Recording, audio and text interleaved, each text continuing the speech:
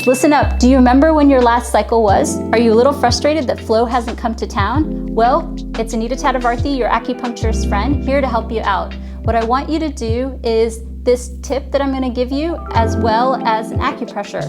What I want you to do for me is each morning, I want you to take 2 teaspoons of cumin and put it in a tall glass of water and mix it well. You can let it marinate for a half an hour, and then I want you to drink this in the morning. Cumin has so many nutrients. I learned this running the free clinic in India. Cumin can help contract the uterus, and when the uterus contracts, guess what? Flow comes to town. So consider doing this along with this acupressure tip. What I want you to do is I want you to cuff the wrist just in this manner, and then I want you to go ahead and massage the wrist.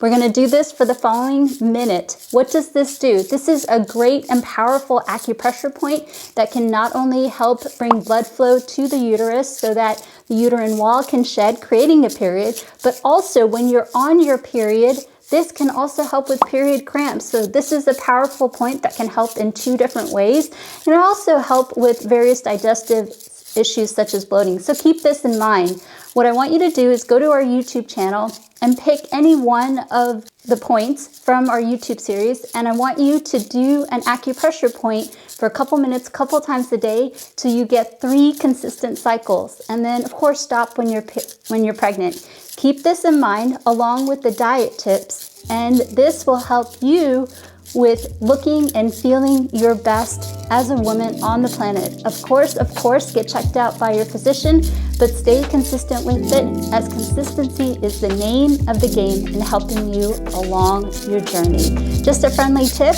from your acupuncturist friend, Anita Tatavarthy.